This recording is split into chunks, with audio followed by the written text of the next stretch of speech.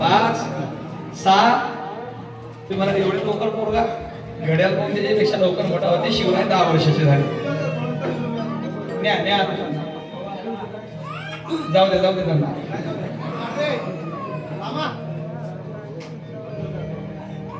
हळूहळू शिवाजी महाराज थोडे मोठे झाले. आदिलशाहीने ज्या ठिकाणी गाढवाचा नांगर फिरवला त्या ठिकाणी छत्रपती शिवाजी महाराजांनी सोन्याचा नांगर फिरवला. प्रजेच्या मनामध्ये आत्मविश्वास जागृत झाला की प्रजेचं हित करणारा राजा आला. जिजाऊबाई साहेबांनी या तुम्ही जा आता तुम्ही गेले चालता.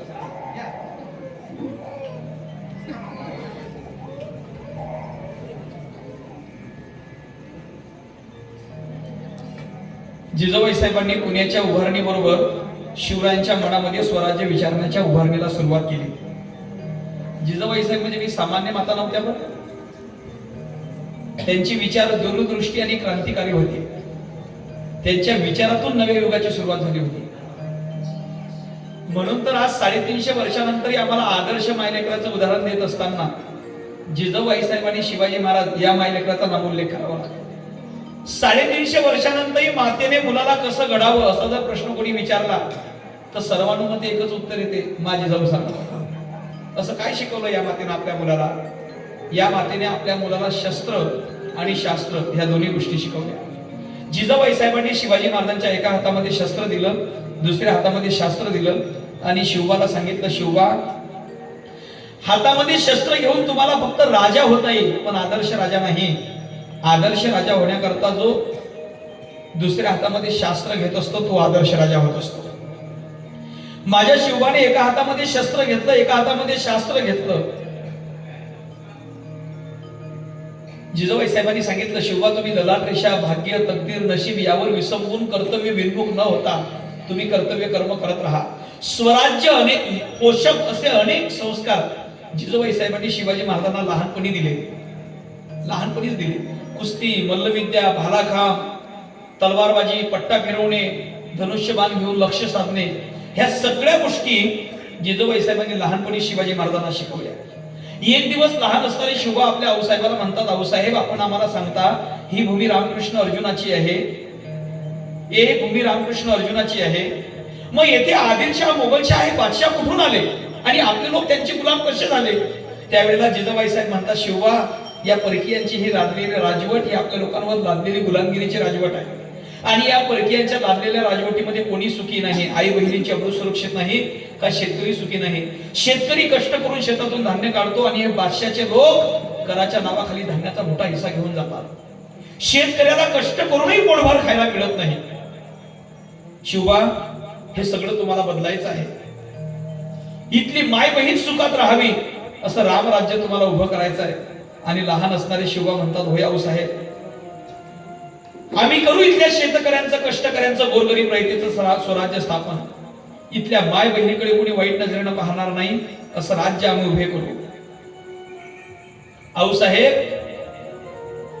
आम्ही करू ते. या मायभूमीच्या मुक्ततेसाठी आणि देव देश धर्माच्या रक्षणासाठी मी होईल इथला रामकृष्ण अर्जुन. शिवाजी महाराज 12 मावळात फिरत असताना शिवरायांना एक एक मावळा भेटला.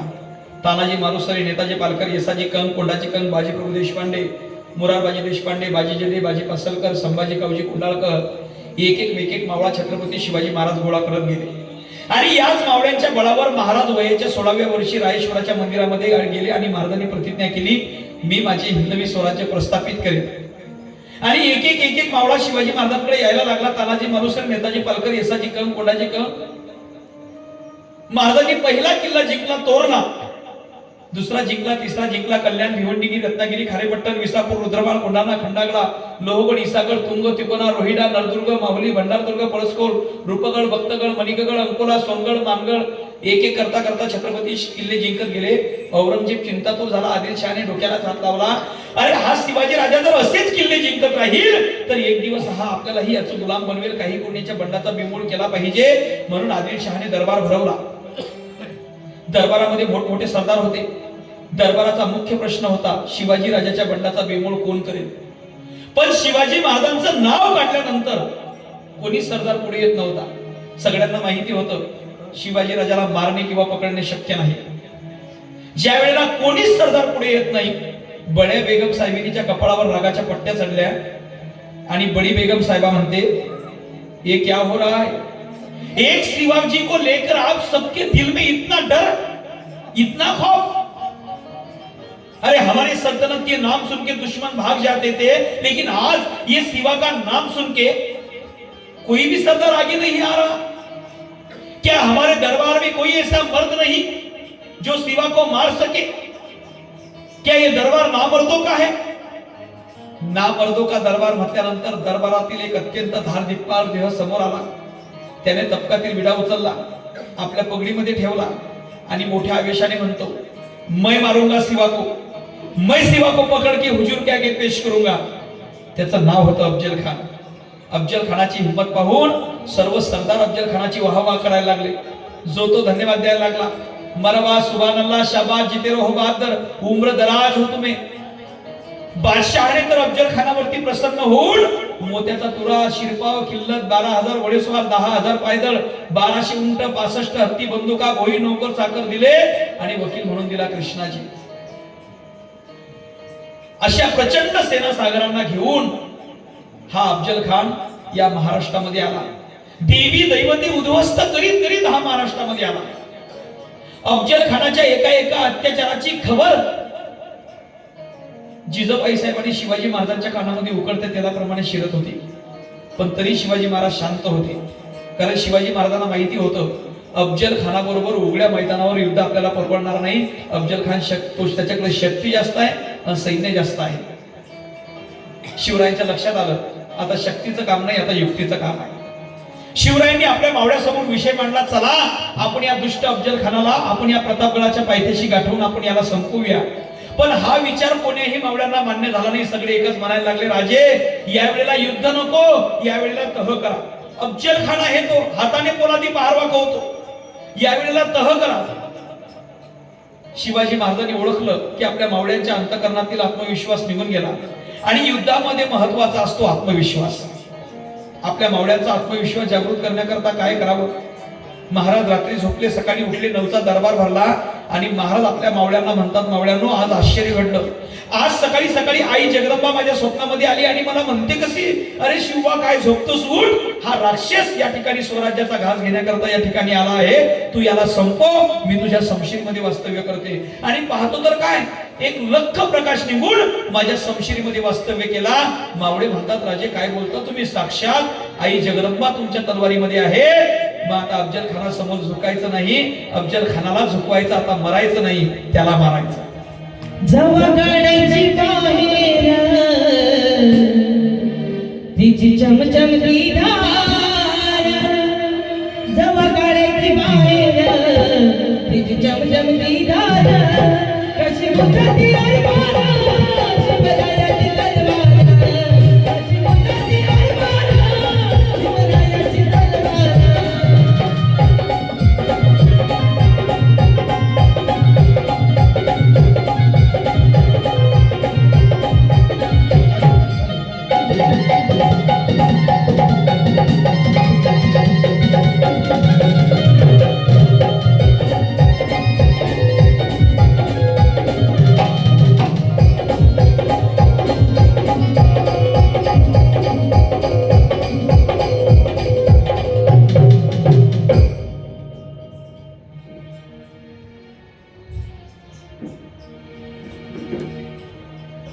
महाराजांचं पहिलं काम झालं, मावळ्यांचा आत्मविश्वास जागृत करण्याचं पहिलं काम झालं।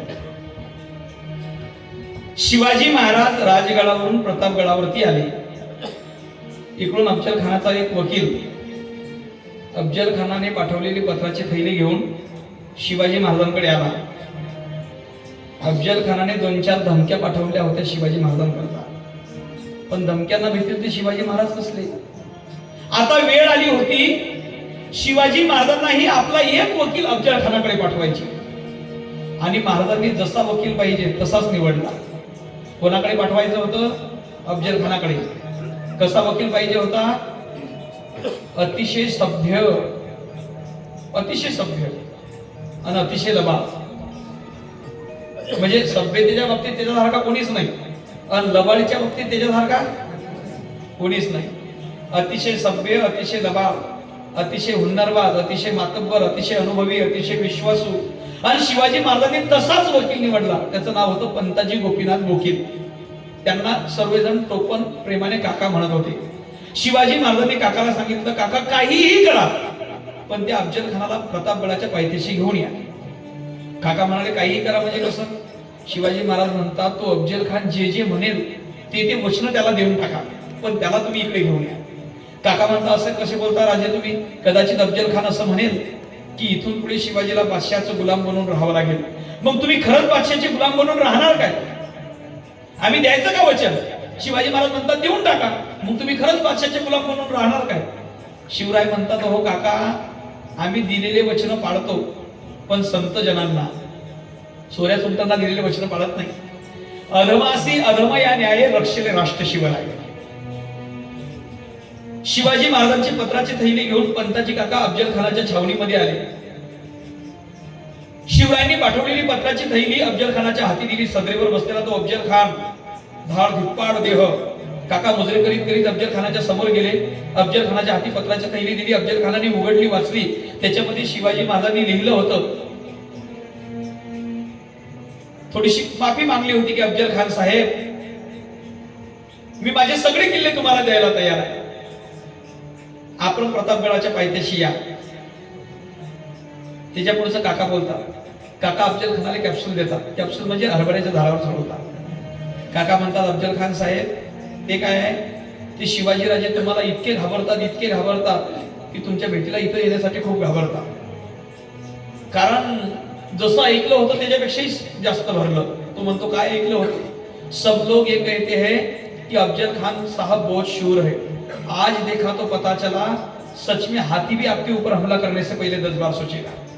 आता एवढी स्तुती केल्यावर अफजल खानाला चांगलं वाटलं.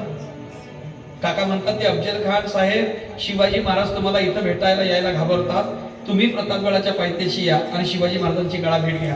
अफजल खान म्हणतो, ठीक आहे, येईल माझी सेना घेऊन. काका म्हणतात, सेना नका आणू, तिकडे काय यात्रा आहे? तुम्ही 10 अंगरक्षकांना, शिवाजी महाराज 10 अंगरक्षकांतील.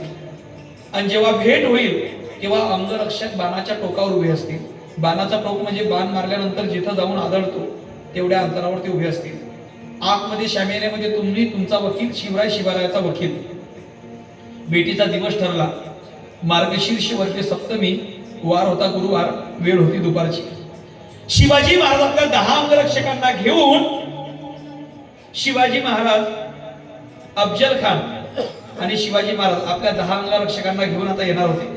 अफजल खान आपल्या 10 अंगरक्षकांना घेऊन प्रतापगडच्या त्या पायथ्याशी जो शामियाना तयार केला होता त्या शामियान्यामध्ये अफजल खान आला.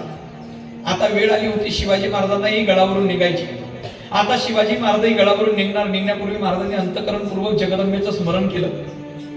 सर्व गोरगरीब जनता जेजुरीच्या खंडोबाला, तुळजापूरच्या भवानीला विनवू लागली, आई भवानी, सांभाळ ग आमच्या राजाला. आमचा राजा जिवंत परत आला ना, तुझ्या मंदिराला सोन्याचा कळस चढवू आम्ही. आणि आता महाराज गडावरून निघाले आणि अफजल खानापासून जो शामियाना तयार केला होता ना, त्या शामियान्यापासून काहीशा अंतरावरती शिवाजी महाराज उभे राहिले. का? कारण आतमध्ये असायला पाहिजे होते 2 जण, पण तिथं एक जण शिल्लक होता अफजल खानाजवळ. त्याचं नाव होतं सय्यद बंडा. तो शिल्लक होता. शिवाजी महाराजांनी पंताजी काकाला सांगून अफजल खानापासून सय्यद बंडाला दूर केलं. आणि आता शिवाजी महाराज अफजल खानाच्या भेटीसाठी निघाले. महाराजांचा डावा हात कमरेवर आहे, उजवा हात छातीवरती आहे आणि मुखामध्ये एकच भजन आहे, जगदंब जगदंब जगदंब. आता अफजल खान आणि शिवरायांची भेट पाहण्यासाठी वाराही स्तब्ध झाला, सूर्यही थांबला. चित्रगुप्ताने 2 मिनिटं आपल्या हातातली लेखणी तशी ठेवली, कारण प्रसंग होता तसा. महाराज पावले टाकीत टाकीत जवळ येत होते. पावले टाकीत टाकीत मृत्यू जवळ येत होता. कोणाचा? हे फक्त ब्रह्मदेवाला माहिती. महाराज येताना दिसले त्यावेळेला अफजल खान म्हणतो, हाच तो शिवाजी आहे, आता बघतो कसा वाचून जाते. आणि महाराज समोर समोर समोर आले आणि ज्या वेळेला स्पष्ट रूपाने शिवाजी महाराज दिसले त्यावेळेला शिवाजी महाराजांच्या चेहऱ्यावरचं तेज पाहून बसलेला अफजल खान उठून उभा राहिला. हे तेज शिवाजी महाराजांच्या चेहऱ्यावर होतं. शिवाजी महाराज शामियान्यामध्ये आले आणि अफजल खानापासून 10 पावलाच्या अंतरावरती शिवाजी महाराज उभे राहिले. किती? 10 पावलाच्या. त्यावेळेला अफजल खान म्हणतो, राजाजी आपकी सदर तो शाह अली दिल शाह से भी बेहतरीन है, लेकिन आप भूल गए आप एक नाचिस शख्स है। क्या आपको डर नहीं लगता मुगलों से? अरे मोगल यानी तूफान होते हैं, तूफान, क्या आपको तूफानों से डर नहीं लगता? हे वाक्य ऐकल्यानंतर शिवराय म्हणतात, खान साहेब पेड़ से गिरे हुए पत्ते नहीं है हम, तूफानों से जाके कह दो जरा औकात में रहे, शिवाजी राजे हैं हम।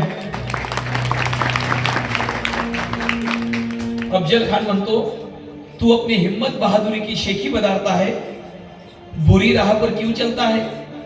तेरे सारे किले मेरे काबू में दे दे, मेरा मातब बन जा, फिर मैं तुझे पकड़ के हुजूर के आगे पेश करूंगा, फिर उनसे ही थोड़ी सी जहागीर तुझे इनायत कर दूंगा। आओ शिवाजी, सारी शेखी भूलकर इस अफजल खान के पनाहों में आ जाओ। असे म्हणून अफजल खानाने आपले असे दोन्ही बाहू पसरले। सज्जनो ते बाहू नव्हते, तो जबडा होता, महाराष्ट्राच्या राजाचा घास घेणारा तो जबडा होता, जिजाऊ साहेबांच्या राहिलेल्या एकुलत्या एक लेखाचा घास घेणारा तो जबडा होता। पण आता महाराजांना तर आलिंगन द्यायचे होते, महाराजांनी एक पाऊल पुढे टाकले, 9 पावलाचे अंतर राहिले, एक पाऊल पुढे टाकले, 8 पावलाचे अंतर राहिले, 7 6 5 4 3 2 1 पावलाचे अंतर राहिले। शिवरायांनी अफजल खानाच्या नजरेमध्ये नजर दिली, अफजल खानाने महाराजांच्या नजरेमध्ये नजर दिली, दोघांची नजरेवर नजर झाली। शिवरायांनी ओळखलं अफजल खान घात करणार आहे, पण आता आलिंगन तर द्यायचं आहे। महाराजांनी आपली दोन्ही बाहू पसरले आणि बघता बघता पहिलं आलिंगन पूर्ण झालं, दुसरं आलिंगन पूर्ण झालं आणि अफजल खानाने घात केला, महाराजांना डाव्या बगलीमध्ये दाबलं, उजव्या हाताने कट्यार काढली, पाठीमागून वार केला, तर्क नंतर का फाटला, धोका जाणवला आणि एका क्षणाचाही विलंब न करता शिवरायांनी वाघ नखे काढली आणि अफजल खानाच्या पोटामध्ये खुपसली। पण अफजल खानाची कोट आतडे बाहेर आली, पण वा अफजल खानाने डाव्या हाताने आपले आतडे सावरी उजव्या हाताने कृष्णाजीकडे असलेली तलवार घेतली आणि परत वार शिवरायांवरती केला। काकांनी आवाज दिला, राजा सावध व्हा। राजांनी वार अडवला, परत वार अफजल खानावरती केला। अफजल खान खाली कोसळला। ही संधी साधली कृष्णाजीने, खाली पडलेली तलवार घेऊन शिवरायांच्या अंगावरती चालून आला। शिवरायांनी कृष्णाजीचा वार अडवला, पण ही संधी साधली सय्यद बंडाने। सय्यद बंडा पाठीमागच्या बाजूने शिवरायांच्या अंगावरती वार करणार होता, पण आला धावून आमचा शिवाजी महाले आणि जाग्यावरून 12 हात उडी घेऊन शिवरायांवरती उगारलेला सय्यद बंडाचा हात शिवाजी महाले यांनी वरच्या वर उडवला। म्हणून मन पडली होती जिवाजी, म्हणून वाचले शिवाजी। पालखीवाल्यांनी अफजल खानाचं प्रेत पालखीमध्ये टाकलं। घेऊन जात असताना शिवाजी महाराजांचा संभाजी कुंडलकर नावाचा भावडा पळत आला। सप्पा पालखीवाल्यांचे पाय छटले। डाव्या हातामध्ये अफजल खानाची मान पकडली, उजव्या हातामध्ये लखलखणारी भवानी तलवार आहे आणि एकच वार केला, हर हर महादेव। अफजल खानाचं धड वेगळं, अफजल खानाचं शिर वेगळं। शिवरायांच्या भवानी तलवारीने दुष्ट अफजल खान संपवला, वाघ नख्यांनी संपवला। पण नंतरही शिवरायांच्या सोबत ती भवानी तलवार होतीच ना। शिवरायांना 2 भवानी प्रसन्न होत्या, शिवरायांना 2 भवानी प्रसन्न होत्या। पहिली भवानी माता तुळजापूरच्या गाभाऱ्यातली आणि दुसरी भवानी शिवरायांच्या कमरेच्या खडगामध्ये असलेली भवानी तलवार। आणि एक वाक्य बोलू का, शत्रू तुळजापूरच्या गाभाऱ्यातल्या भवानीपेक्षाही शिवरायांच्या कमरेला असलेल्या भवानी तलवारीला घाबरत होते। कारण जवा आता बोला, आता काहीच नका बोला। जवा काढायची बाहेर जसं चमचमती धार, जवा काढायची बाहेर तिची चमचमती धार, कशी उचलती यार पार शिवरायाची तलवार, कशी उचलती यार पार शिवरायाची तलवार।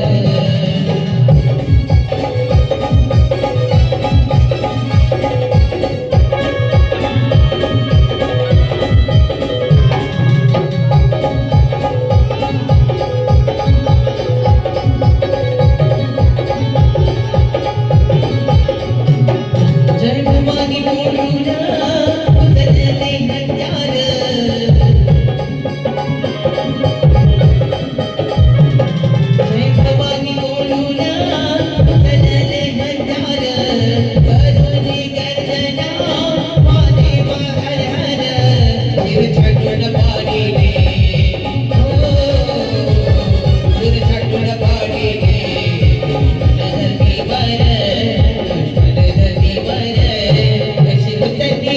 कशी गुंतती आरपार शिवरायाची तलवार कशी गुंतती आरपार शिवरायाची तलवार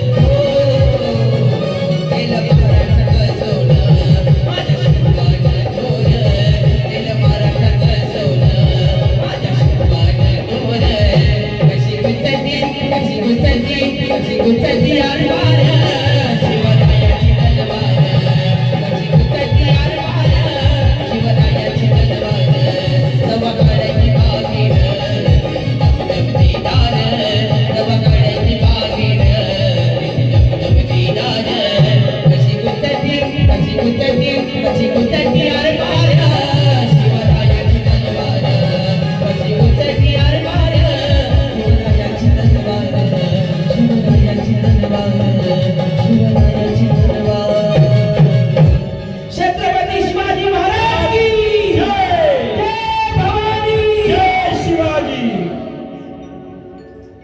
10 नोव्हेंबर किती 10 नोव्हेंबर 1659 इतिहासाच्या पानातील सर्वात रोमांचक क्षण म्हणजे अफजल खानाचा मत. शक्यच वाटत नव्हतं की एवढ्याशा शिवरायांनी एवढ्या मोठ्या अफजल खानाला संपवावं. आणि एक वाक्य बोलू का मी आता. अफजल खानाचा वध जेवढा महत्वाचा होता त्याही पेक्षा शिवाजी महाराजांचा प्राण वाचवणं महत्वाचा होता. आणि शिवाजी महाराज यांनी तो वाचवला ना. मला सांगा ना, सय्यद बंडाचा असा उगारलेला हात जो शिवरायांना मारण्याकरता आला होता पाठीमागच्या बाजूने, असा उगारलेला त्याच्या हातात पट्टा होता. असा उगारलेला हात खाली यायला जास्तीत जास्त 4-5 सेकंद लागणार. 4-5 सेकंद लागणार काय? 4-5 सेकंद नाही, एका सेकंदापेक्षा कमी भाग लागणार. बरोबर आहे ना? एक काहीतरी मिली सेकंद. असा उगारलेला हात खाली यायला, पण तोही खाली हात येऊ नये दिला आमच्या शिवाजी महाराजांनी. एका संशोधकाने एका ठिकाणी असं नमूद केलेलं आहे, अमेरिकेमध्ये जर राष्ट्राध्यक्षावर गोळी झाडली तर त्याला कोणी वाचवू शकत नाही. आता वाचवलंच नाही ना आपल्या याला. कोण्या देशाचा मारला पंतप्रधान? इराण. हा, आपण अमेरिकेचाही घ्या, एवढा शस्त्रास्त्र दुर्बिणी प्रगतशील आहेत ना तिथल्या. अमेरिकेच्या राष्ट्राध्यक्षाला जर कोणी मारायचं ठरवलं तर एखाद्या वेळेला त्यालाही कोणी वाचवू शकत नाही. एवढ्या शस्त्रास्त्र आणि एवढ्या दुर्बिणी असताना सुद्धा राष्ट्राध्यक्षाला वाचवणं एखाद्या वेळेला इराणला शक्य नाही, अमेरिकेला शक्य नाही. पण शिवरायांवरती उगारलेला सय्यद बंडाचा हात खाली येऊ शकला नाही. कारण आमच्या मावळ्यांच्या हाती ज्या श्रद्धेची आणि निष्ठेची दुर्बीण होती तेवढी पल्लेदार दुर्बीण अजून अमेरिकेलाही निर्माण करता आली. कारण जीव गोळा करून महाराजांकडे पाहणारे त्यांचे मावळे होते. त्यांचं काम एकच होतं, आपल्या प्राणाची पाखर घालून शिवाजी महाराजांच्या जीविताचं रक्षण करणं. काही विपरीत घडू नये म्हणून शिवरायांनी सावध राहणं जेवढं महत्वाचं होतं, त्याही पेक्षा स्वतःचा जीव खर्ची घालून रयतेच्या राजाचा प्राण वाचवणारा अंगरक्षक सुद्धा तेवढाच महत्वाचा असतो. हे शिवाजी महाराज यांनी दाखवून दिलं. त्यामुळे 350 वर्षाचा इतिहास साक्षी आहे. जेव्हा जेव्हा मी शिवाजी महाराजांचं नाव घेतो तेव्हा शिवाजी महाराज यांचं नाव आम्हाला घ्यावं लागते. शिवाजी महाराज अद्भुत होते. शिवरायांनी कधी आपल्या मावळ्यांमध्ये जातीय मतभेद केला नाही. हा अमक्या जातीचा, तो तमक्या जातीचा, असा मतभेद शिवरायांनी कधी केला नाही, कधीच नाही. स्वराज्य रक्षणासाठी जो कोणी मावळा शिवाजी महाराजांकडे येत होता, शिवाजी महाराज त्याचा स्वीकार करत होते. त्याचा स्वीकार महाराजांच्या स्वराज्यामध्ये वशिलाचा अजिबात नव्हता. तू जन्माला काय अडनाव घेऊन आलास, तुझ्या कातडीचा रंग कोणता, तू कोणाचा कोण, यावरनं समाजात तुला संधी मिळणार नाही. माणूस म्हणून तुझ्या कर्तव्याचा नाना खणखणी सोड, तुझ्या गुणवत्तेच्या बळावरती उचल आणि चले स्वराज्यामध्ये. अशा प्रकारे सगळ्या जाती धर्माची माणसं शिवरायांनी सोबत घेतली. शिवाजी महाराजांना मिळालेली माणसं कशी होती महाराज? प्राणाचं बलिदान देऊन शिवरायाच्या प्राणाचं रक्षण करत होती. अशी माणसं शिवाजी महाराजांना मिळाली होती. एक प्रसंग सांगतो आणि थांबतो, आजच्या कथेला विराम देतो. मला मुद्दा एवढा बोलायचा आहे की शिवरायांना मिळालेली माणसं कशी होती. शिवरायांना मिळालेली माणसं कशी होती बघा. औरंगजेबाची उभ्या आयुष्यात एकच इच्छा होती की या शिवरायाचे स्वराज्य संपवलं पाहिजे. शिवरायाचं स्वराज्य संपवण्याकरता औरंगजेब अनेक प्रयत्न करत होता. एकदा त्यानं त्याच्या दिलेर खान नावाच्या सरदाराला स्वराज्यामध्ये पाठवलं. त्याच्याजवळ 10,000ची फौज दिली. त्याला सांगितलं शिवरायाचं स्वराज्य नष्ट कर. हा दिलेर खान 10,000 फौज घेऊन स्वराज्यातल्या नाशिक जिल्ह्यातल्या कडवळ तालुक्यातल्या गुजरातच्या सीमेलगतचा इतिहास प्रसिद्ध किल्ला म्हणजे गिरिदुर्ग कनेरीगड, या कनेरीगड जिंकण्यासाठी हा अफजल दिलेर खान चालून आला. पण या कनेरगडाच्या रक्षणासाठी उभा होता स्वराज्याचा शिलेदार शिवरायाचा जिवलग मावळा रामजी पांगेरा. शिवरायांनी स्वराज्य स्थापनेला सुरुवात केली तेव्हा लहानपणी त्यांना जे जीवाभावाचे साथीदार भेटले त्यातला एक मावळा म्हणजे हा रामजी पांगेरा. 10 नोव्हेंबर 1659 अफजल खान वधाच्या वेळेस याच रामजी पांगेऱ्याने जावळीच्या अरण्यात अफजल खानाचं सैन्य कापून काढलं होतं. आणि त्याच्या या पराक्रमावरती खुश होऊन शिवाजी महाराजांनी कनेरगडाची जबाबदारी या रामजी पांगेऱ्याला दिली होती. रामजी पांगेऱ्याला सांगितलं, रामजी तुझ्या आयुष्यातल्या शेवटच्या श्वासापर्यंत तू या गडाचं रक्षण करायचं. असा हा रामजी पांगेरा 1000 मावळा घेऊन कनेरगडाच्या रक्षणासाठी उभा होता. एक दिवस 300 मावळे गडावर ठेवून 700 मावळे घेऊन हा रामजी गडाची गस्त घालण्यासाठी गडाच्या खाली आला. आणि तेवढ्यामध्ये एका बातमीदाराने बातमी आणली, रामजीला सांगितली, हो रामजी तो दिलेर खान 10,000 फौज घेऊन आपल्या कनेरगडावर चालून येत आहे. दिलेर खानाचे नाव ऐकता बरोबर रामजीच्या तळपायाच्या मस्तकाला गेली. कारण हा दिलेर खान त्याच्या क्रूरतेबद्दल सगळीकडे प्रसिद्ध होता. हा दिलेर खान स्वराज्यातल्या गावात शिरून लोकांची कत्तल करायचा, स्त्रियांवरती अत्याचार करायचा, गाई वस्त्र अन्न धान्य पैसा अडका लुटून न्यायचा, उभं पीक कापून टाकायचा आणि उरलेल्या गावाला आग लावायची. ही त्या दिलेर खानाची आक्रमण करण्याची पद्धत होती. आणि आता असा हा क्रूर दिलेर खान स्वराज्यावर चाल करून येत आहे हे कळल्यानंतर एक मावळा रामजीला म्हणतो, हो रामजी आता कसं करायचं? तो दिलेर खान 10,000 फौज घेऊन आपल्या स्वराज्यामध्ये येत आहे. तेव्हा महाराजांकडून मदत येईपर्यंत आपण किल्ल्यावरून लढू. अख्खं वर्षभर पुरेल इतका दानागोटा किल्ल्यावरती आहे. तो दिलेर खान आपलं काहीच वाकड करू शकणार नाही. त्यावेळेला रामजी पांगेरा त्या मावळ्याला म्हणतो, अरे आपण किल्ल्यावर गेलो तर तो दिलेर खान आपलं काहीच वाकड करू शकणार नाही. तुझं म्हणणं बरोबर आहे.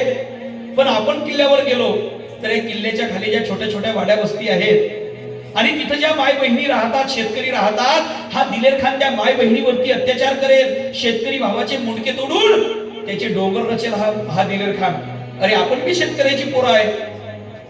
हे स्वराज्य शेतकऱ्याचं आहे. आपण स्वराज्याचे शिलेदार आहोत. आणि शिवरायांनी सांगितलं आहे की या स्वराज्याच्या रक्षणासाठी मागे यायचं नाही. काही झालं तरी चालेल, त्या दिलेर खानाला मी स्वराज्यात येऊ देणार नाही. कोणी येत असेल तर चला माझ्या बरोबर, नाही तर एकटाच जाईन खुल्या मैदानात त्या दिलेर खानाशी झुंजायला. पण लक्षात ठेवा, लढेल त्याला सोन्याची कडी आणि पढेल त्याला चोडी बांगडी, काय घ्यायचं तुम्ही ठरवा. कोण तयार माझ्या बरोबर दिलेर खानाच्या 10,000 फौजीशी झुंजायला? कोण तयार? आणि बघता बघता मावळ्यांच्या मुखातून आवाज आला, मी तयार, मी तयार, आम्ही तयार, आम्ही सर्व तयार. दिलेर खानाच्या 10,000 फौजेचा सामना करायला 700 मावळे हातात तलवारी घेऊन सज्ज झाले. आणि तेवढ्यामध्ये दिलेर खान 10,000 फौज घेऊन मावळ्यांच्या समोर आला. 700 मावळ्यांचे 1400 हात दिलेर खानावरती तुटून पडले. सब सब सब सब वार करून मावळे शत्रूची मुंडकी धडावेगळी करत होते. हा रामजी पांगेरा नावाचा मावळा तर इतक्या आवेशाने लढत होता, अरे भिंगरी सारखा गर गर गर गर गर फिरून क्षणात आपली जागा बदलून दिलेर खानाच्या सैन्याची मुंडकी धडावेगळी करत होता. इतक्या आवेशाने लढत होता हा रामजी की रामजी दिसत होता पण त्याच्या हातातली तलवार दिसत नव्हती. इतक्या आवेशाने लढत होता. या रामजीच्या तलवार चालवण्याचा पराक्रम पाहून त्या दिलेर खानाने अक्षरशः तोंडात बोटं घातली आणि तो दिलेर खान विचारच करत राहिला की या अल्लाह, अरे ये सिवा के आदमी ऐसे है तो खुद सिवा कैसा होगा. तो तू सेवा कैसा होणार? शेवटी झालं तसंच. रामजी पांगिरेच्या मावळ्यांच्या पुढे दिलेर खानाचं 10,000 सैन्य पराभूत झालं आणि 10,000 सैन्य पाठीला पाय लावून पळत सुटलं. रामजी पांगिराने दिलेर खानाला स्वराज्यामध्ये येऊ दिलं नाही. पण ऐका पुढे काय झालं. या युद्धामध्ये एक वाईट घटना घडली. या युद्धामध्ये रामजी पांगेरा शहीद झाला. रामजी पांगेरा शहीद झाला. शिवरायांना कळालं की स्वराज्य रक्षणासाठी, कनेरगडाच्या रक्षणासाठी रामजी पांगेराने आपल्या प्राणाची आहुती दिली. शिवरायांना वाटलं की आपण रामजी पांगेरेच्या घरी त्याच्या वडिलाच्या सांत्वनासाठी आपण गेलो पाहिजे आपण सांत्वनासाठी. म्हणून शिवाजी महाराज सातारा जिल्ह्यामध्ये कोळजाई नावाचं गाव आहे, रामजी पांगेऱ्याचं गाव आहे ते. त्या कोळजाई नावाच्या गावामध्ये महाराज येतात. गावकऱ्यांना कळते की महाराज आपल्या गावामध्ये येत आहे. गावकरी महाराजांचं मोठं स्वागत करतात. त्या रामजी पांगेऱ्याच्या बापाला कळते की महाराज आपल्या घरी येत आहे सांत्वनासाठी. त्या 80 वर्षाचं वय होतं त्या म्हाताऱ्याचं, नाव होतं मारुती.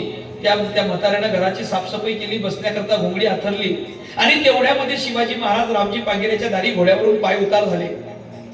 स्वराज्याचं दैवत साक्षात आपल्या दारामध्ये आलेलं पाहून तो 80 वर्षाचा म्हातारा पळत पळत गेला, महाराजांच्या चरणावर झुकू लागला. तसे महाराज 2 पावलं मागे सरकले आणि महाराज म्हणतात, बाबा आपण पाया कुठे पडता, तुम्ही मोठे आहात, तुम्ही आशीर्वाद द्यायचे. नंतर रामजी पांगेऱ्याच्या आई वडिलांनी, त्यांच्या विधवा पत्नीने शिवाजी महाराजांचं स्वागत करून महाराजांना घरामध्ये घेतलं, बसण्याकरता घोंगडी दिली. महाराज त्या साध्या घोंगडीवर बसले. महाराजांना तर काय बोलावं काहीच कळत नव्हतं, कारण महाराज सांत्वनासाठी आले होते. पण त्यांच्या घरचं ते आदरातिथ्य पाहून काय बोलावं काही कळत नव्हतं. महाराज शांत होते. त्यावेळेला रामजी पांगेऱ्याचे वडील तो म्हातारा शिवरायांना म्हणते, महाराज आमचं नशीब थोर म्हणून तुमचे पाय आमच्या गरीबाच्या घराला लागले. महाराज आमचं नशीब थोर म्हणून तुमचे पाय आमच्या गरीबाच्या घराला लागले. त्यावेळेला शिवाजी महाराज म्हणतात, नाही बाबा, हे घर गरीबाचं नाही. आपल्या छातीचा कोट करून दिलेर खानाच्या 10,000 सैन्याला थोपवणाऱ्या रामजी पांगेऱ्याचं हे घर आहे. बाबा हे घर गरीबाचं नाही. बाबा तुमच्या मुलाने रामजीने जर फक्त स्वतःच्या जीवाचा आणि स्वतःच्या संसाराचा विचार केला असता तर तो किल्ल्यावर बसून सुखात राहिला असता.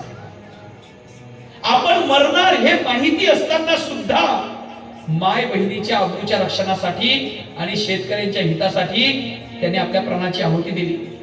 म्हणजे आज स्वराज्यातली लाखो कुटुंब जर सुखामध्ये असतील तर त्या स्वराज्यातल्या लाखो कुटुंबाला सुखात ठेवणाऱ्या रामजी पांगेऱ्याचं हे घर आहे. बाबा हे घर गरीबाचं नाही. आपल्या मुलाच्या नावानं म्हातारा भानावर आला. त्याच्या डोळ्यातून टपटप अश्रू पडू लागले. महाराजांना वाटलं पोराच्या आठवणीचे अश्रू असतील, पोराच्या आठवणीने हा म्हातारा रडत असेल. महाराज म्हणतात, बाबा नका रडू, तुमचा मुलगा स्वराज्य रक्षणासाठी शहीद झाला, नका ना रडू. त्यावेळेला तो म्हातारा म्हणते, महाराज माझ्या डोळ्यामध्ये हे दुःखाचे अश्रू नाही, पोरगा शहीद झाला म्हणून अश्रू नाही, हे दुःखाचे अश्रू नाही, माझ्या डोळ्यात धन्यतेचे अश्रू आहे. महाराजांना परत एकदम धक्का बसला. धन्यतेचे अश्रू ते कसे बाबा, ते कसे? त्यावेळेला तो म्हातारा म्हणते, महाराज तुम्ही स्वराज्याच्या छत्रपतीने माझ्या मुलाच्या पराक्रमाचं कौतुक करावं, अशा मुलाला मी जन्म दिला, माझ्या जन्माचं सार्थक होतं. शिवाजी महाराज म्हणतात, अहो बाबा माझं कसलं कौतुक करता तुम्ही, माझं कसलं कौतुक करता?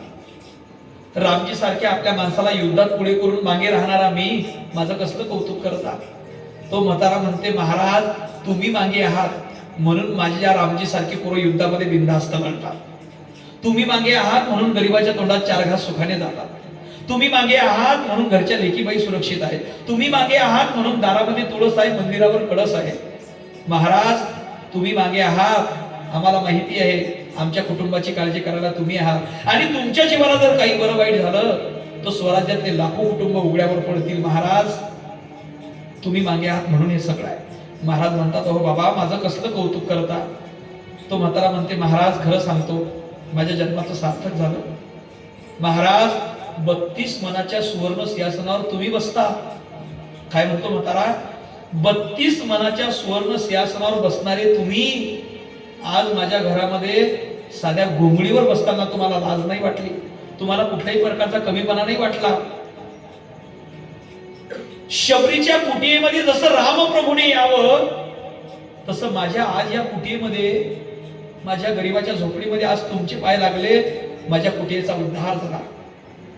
शिवाजी महाराज म्हणतात, बाबा माझं कसलं कौतुक करता. शिवाजी महाराज त्या म्हाताऱ्याला म्हणतात, महाराज, शिवाजी महाराज त्या म्हाताऱ्याला म्हणतात, बाबा तुमचा मुलगा स्वराज्य रक्षणासाठी शहीद झाला, मी तुमच्यासाठी काहीतरी केलं पाहिजे, माझं कर्तव्य आहे. शिवरायांनी सोन्याच्या मोहरांनी भरलेली थैली रामजी पांगेऱ्याच्या वडिलाच्या हातावर ठेवली की असू द्या बाबा, हे म्हातारपणात तुमच्या कामा येईल, अडीअडचणीला संस्थानामध्ये कामा येईल. तशी त्या म्हाताऱ्याने हात मागे घेतले. तो म्हातारा म्हणते, महाराज पोरगा शहीद झाला म्हणून हे देण्याची काही बी गरज नाही. गावात घर आहे, शिवारात शेत आहे, आणि तुम्ही पाठीशी असल्यावर हे नश्वर घेऊन आम्ही करायचं काय. महाराज स्वराज्यासारखं अख्खं स्वराज्य तुम्ही आमच्या पदरात टाकलं असताना हे घेऊन आम्ही करू काय. हे नको आम्हाला, हे नको, हे नको महाराज. मग शिवाजी महाराज म्हणतात, बाबा सांगा ना, बाबा मला सांगा मी तुमच्यासाठी काय करू. कोण विचारते? छत्रपती विचारताय की बाबा मला सांगा मी तुमच्यासाठी काय करू. मी तुमच्यासाठी काय करू म्हटल्यानंतर तो म्हातारा म्हणते, महाराज एक काम करा, काहीतरी इच्छा आहे ना तुम्ही माझ्यासाठी काहीतरी केलं पाहिजे. महाराज म्हणतात, हा मी काहीतरी केलं पाहिजे. तो म्हातारा म्हणते, एक काम करा, मी जे तुम्हाला देईल ते तुम्ही स्वीकार करा. गावातले भिरभीर लोक त्या म्हाताऱ्याकडे पाहतात की याले राहायला घर नाही, हा महाराजने काय देणार.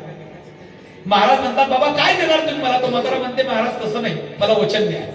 शिवरायांनी हात पुढे केला, त्या म्हाताऱ्याला वचन दिलं की ठीक आहे बाबा, तुम्ही जे देसाल ते मी स्वीकार करेन. काय देणार आपण मला, काय देणार म्हटल्यानंतर त्या म्हाताऱ्याने आपला लहान मुलगा शेतात काम करत होता, रुपाजी नावाचा, त्याला आवाज दिला, रुपाजी. आपल्या बापाचा आवाज शेतात काम करणाऱ्या पोराच्या कानावर गेला. बापाने बोलावलंय, काहीतरी काम असेल म्हणून पोरगा धावत पळत घरी आला. तरणा बाण पोरगा होता. धावत पळत अवघ्या 2 मिनिटांमध्ये घरी आला. दारामध्ये पाहते तर घोडेस्वार उभे होते आणि स्वतःच्या घरामध्ये झोपडीमध्ये येऊन पाहिलं तर काय, तो पोरगा पाहते तर काय, 32 मनाच्या सुवर्ण सिंहासनावर बसणारा छत्रपती राजा आज या गरीबाच्या घरामध्ये साध्या घोंगडीवर बसलेला पाहून त्या पोराचं मन भरून आलं. त्याला काय बोलावं काही कळत नव्हतं. महाराजांना मुजरा केला, तो बाजूला उभा राहिला. त्यावेळेला त्या 80 वर्षाच्या म्हाताऱ्याने आपल्या त्या लहान्या पोराच्या खांद्यावर हात दिला. लहान्या पोराच्या खांद्यावर हात दिला आणि महाराजांना म्हणतो, महाराज, महाराज हा माझा मुलगा लहाना, याचं नाव रुपाजी आहे. हा माझ्या मोठ्या पोराप्रमाणे रामजी प्रमाणे शूर आहे.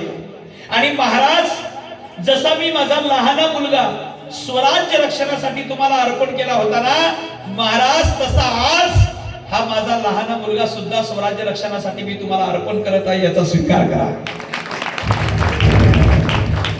शिवाजी महाराज म्हणतात, बाबा मला माफ करा, बाबा मी याचा स्वीकार नाही करू शकत, मी याला स्वराज्याच्या सैन्यात घेणार नाही. तो म्हातारा म्हणते, महाराज तुम्ही मला वचन दिलंय. शिवराय म्हणतात, मी वचन तोडलं. महाराज तुम्ही छत्रपती आहे, तुम्ही वचन तोडता, विश्वास कोणावर ठेवायचा.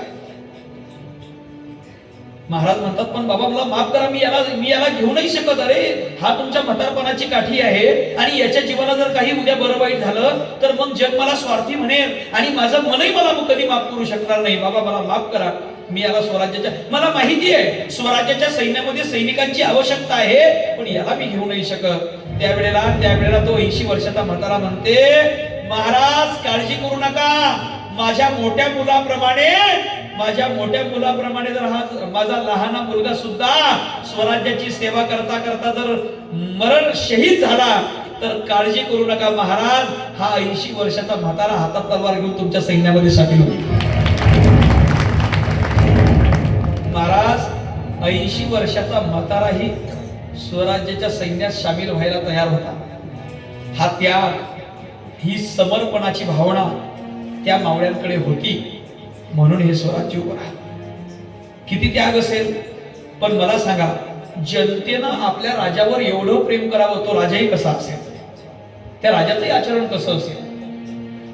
जनता कोणावरही प्रेम नाही करत महाराज. या जगाच्या पाठीवर अनेक राजे झाले, ते राजे फक्त स्वतःच्या स्वार्थासाठी राजे झाले, स्वतःच्या व्यक्तिगत स्वार्थासाठी निरपराध रयतेचं शोषण करत होते.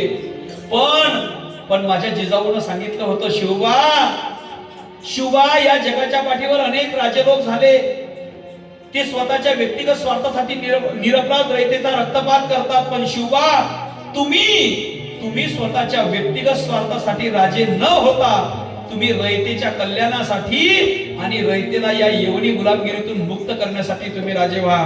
तुम्ही आमच्यावर जेवढं प्रेम करता, जिजाबाई साहेब म्हणतात, तुम्ही आम्हावर जेवढं प्रेम करता तेवढं प्रेम तुम्ही इथल्या रयतेवर करा, तेवढं प्रेम इथल्या रयतेवर करा.